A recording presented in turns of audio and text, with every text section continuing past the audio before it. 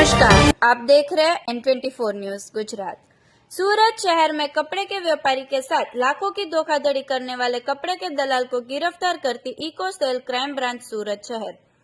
सूरत शहर गुजरात की आर्थिक राजधानी से पहचाना जा रहा है। सूरत शहर को गुजरात की आर्थिक राजधानी का उपनाम देने के लिए कापड़ उद्योग तथा हीरा उद्योग का महत्व का भाग है। कापड़ उद्योग के विकास के साथ साथ उसमें धोखाधड़ी करने वाले लोगों की संख्या बढ़ती जा रही है।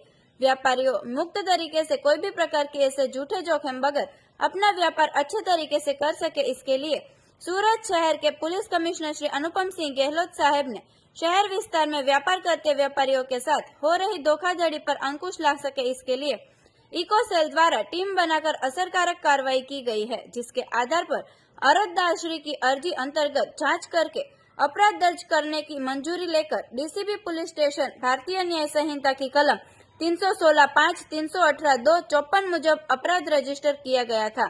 अपराध में आरोपी जब मयूर जगदीश भाई सेठवाला ने कापड़ की दलाली करने के बहाने व्यापारियों के साथ धोखाधड़ी करता है, जिसके ह्यूमन सोर्सेस तथा टेक्निकल सर्वेलेंस के आधार पर वर्कआउट करके मजकूर आरोपी को गिरफ्तार किया गया है। ફરિયાદી શ્રી અનુજ કનોડિયાઓ દ્વારા આપવામાં આવેલ ફરિયાદ નોંધવામાં આવેલ, જેની તપાસ ઇકોસેલમાં ચાલુ છે।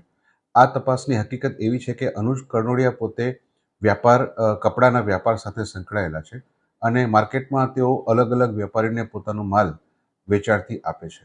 જે અનુસંધાને હાલના આરોપી મયુર સેઠવાડાને પણ તેઓએ માલ કપડાનો વેચાણથી આપેલો હતો અને એ વેચાણ પેટે જે રૂપિયા ફરિયાદીશ્રીને આપવાના હતા તે આરોપીએ રૂપિયા આપ્યા નહીં અને તેઓ ફરાર થઈ ગયેલ।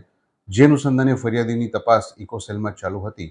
દરમિયાન હ્યુમન સોર્સથી આરોપીની અમને માહિતી મળતા આરોપી મયુર સેઠવાડાની ધરપકડ કરવામાં આવેલ છે। હાલ તપાસ ચાલુ છે।